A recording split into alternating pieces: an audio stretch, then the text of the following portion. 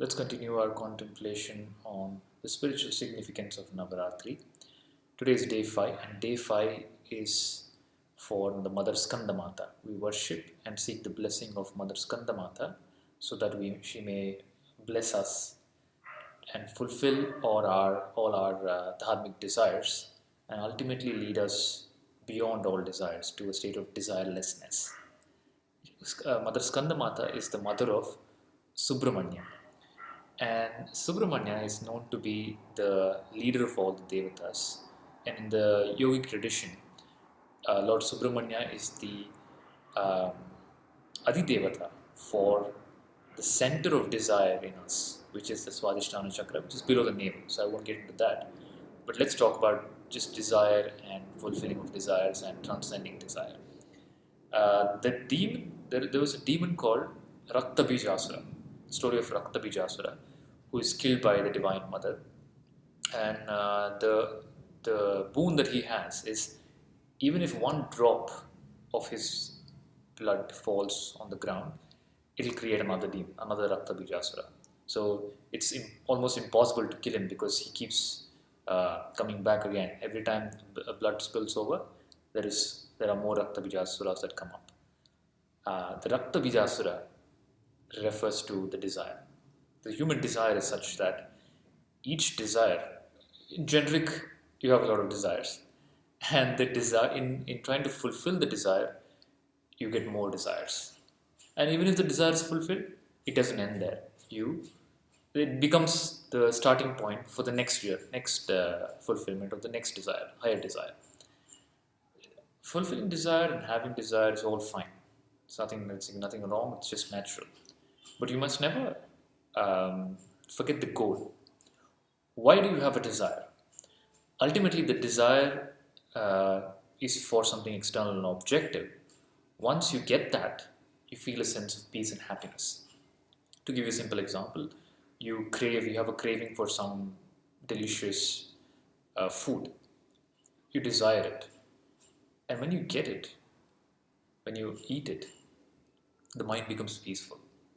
And in the peace of the mind, the happiness, the bliss, which is your true nature, is revealed.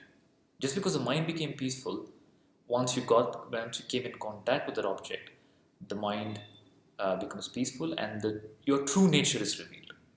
So the goal is experiencing your true nature, not getting the object.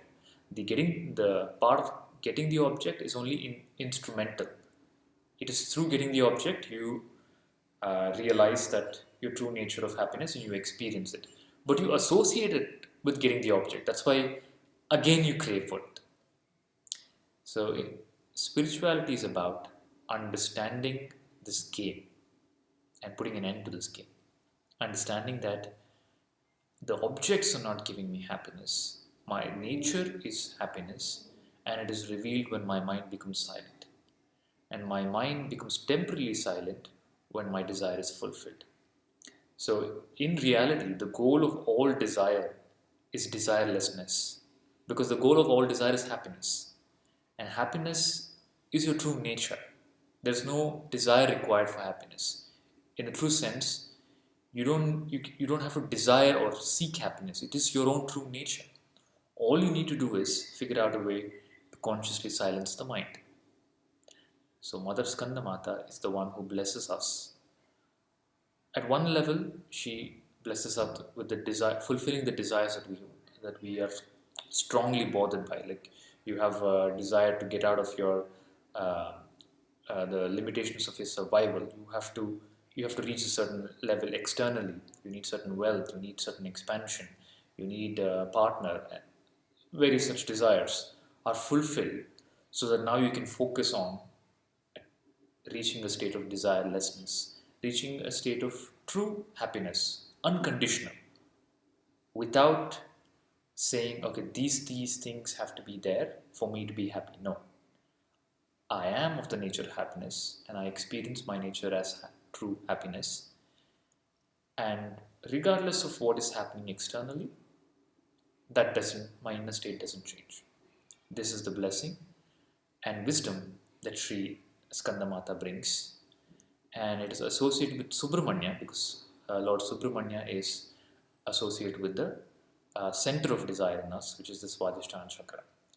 So on this day we pray, may Mother fulfill all your dharmic desire and help you transcend all desires and reach the ultimate goal of all desires, which is permanent happiness, which is your true nature.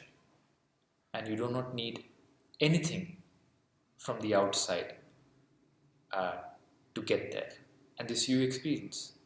In your deep sleep, there is no world, there is no object, there is no desire, and there is no object of desire.